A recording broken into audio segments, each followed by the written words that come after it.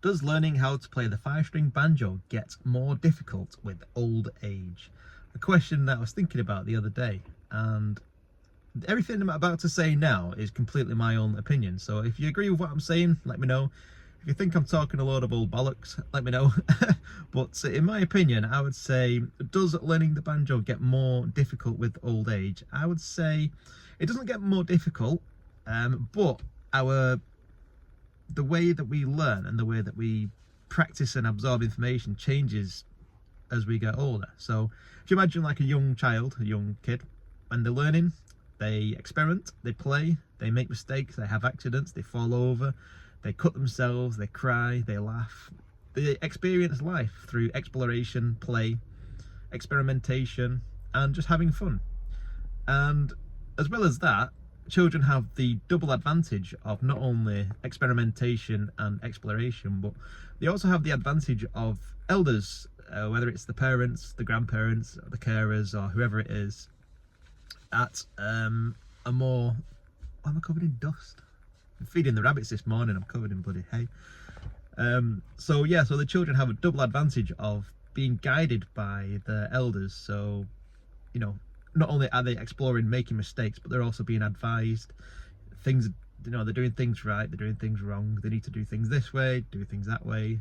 And as you grow up, you have that support network and you experiment. As you get into your later teens, you develop more worldly sort of knowledge. You can then sort of predict things, so you don't have to touch the knife to learn that it's sharp. You don't have to touch the kettle to find out if it's hot. You already know through past experience. So you stop doing things, you stop exploring, because you can preempt what things are going to happen. And that sense of learning through exploration and making mistakes kind of disappears. And then we start relying more on being told what to do. So given instructions by your boss, or basically learning through following instructions, completing tasks. And as you get older still, those people who are greater than you, that are older than you, start disappearing and you start replacing them. So you then become the person who has to offer advice. Now, if you're learning a new skill like playing the 5-string banjo in your older years, not only have you lost that sense of exploration and play through age, but you also develop a fear for making mistakes and a sense of anxiety through exploration, which we didn't have as children, but as adults we seem to develop that. And it's no fault of our own. You know, we want to make sure we don't get sacked at work, so we make sure we follow our instructions to a T and make sure that we are good employees, etc. But yeah, we lose that sense of adventure and that sense of play.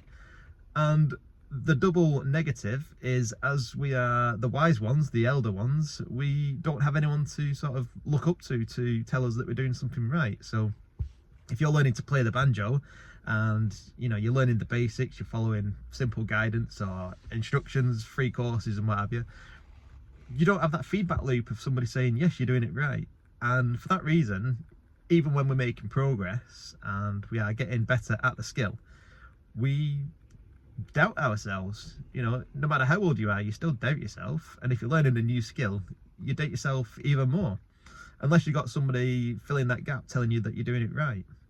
And that is why for a lot of people, face-to-face lessons are crucial, because you've got that feedback loop of telling you that you're doing it right, you're telling you that you're doing it wrong.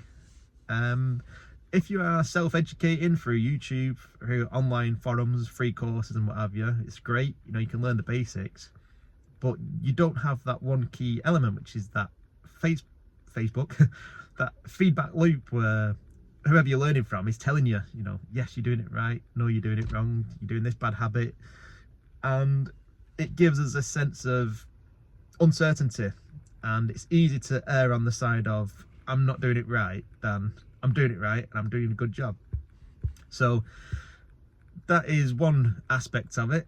The other aspect of learning the banjo in your older years is just the acknowledgement that playing music on an instrument isn't like other tasks. For example, a jigsaw. You know, you play a jigsaw, or you complete a jigsaw puzzle, the final piece goes in and it's complete. You've done it 100% finished. Any other task like work or any particular skill, you know, you treat it like there is a infinite sort of ceiling that never ends. You know, you get a job, you start at the bottom, you work your way up, you become supervisor, you work your way up, you become manager, you get promotions, you get pay rises, you go up and up and up and up. And with the banjo, it's not like that. You know, there's no real ceiling unless you put one there. So when you see people playing the banjo online and you see them up and down the fretboard and they're playing super fast songs and it's all very technical and very, you know, melodic and it's in your face and it's exciting, that's not always the ultimate goal. The ultimate goal is not to be like some expert player who's up and down the fretboard like a rash and they're all over it. And it's basically when people join the Banjo Adventures, which is my online learning platform, usually the first thing I say to them is like, what is your ultimate sort of banjo goal? And 9 times out of 10 it's something very humble, like all I want to do is learn to play a simple song from memory, just to sit in my back garden and relax with an ice cold drink and just play a song by an open wood fire. Simple, humble, completely achievable, and it's not out of reach for pretty much everyone. You know, if you're learning the old-time style of playing, all you have to do is learn a couple of chords. I wish I brought the banjo with me. I've not brought it today. It's a bit of a schoolboy error. I usually take it everywhere with me, but I've just come out on a quick trip to get some more hay for the rabbits. And yeah, I'd say that, what was I going to say then? Lost my train of thought. Yeah, it's gone now. So yeah, does playing the banjo get more difficult as you get older? It doesn't get more difficult, but just bear in mind my opinions then, what I just said. So yeah, if you agree with that, let me know. If you think I'm talking a load of old tosh, let me know. And you know, if you are learning, or if you've learnt to play the banjo in your later years, just drop a note in the comments. You know, try and inspire some other people who want to pick up and start playing music, because it's completely achievable. I think anyone can do it, and from my own personal experience, it's one of the most satisfying and rewarding things that I've ever done, because it's instantly gratifying. It's a lot of fun to do, and music just hits us right in the feels, doesn't it? Hits us in the soul, makes you feel good, and it's a lot of fun to do. Challenges your brain, keeps your brain healthy, and I recommend it to everyone. So if you're in doubt, hopefully this video will give you the aspiration that you can do it. And if you've already started learning the banjo and you need some assurance that you're doing the right thing, you need some help on your path as a beginner, come and check out my Banjo Adventures. I've got a free mini course, you can take part in that, and I offer guidance and help and support whenever you need it. So give us a shout, come and join us, and I'll see you on the next video.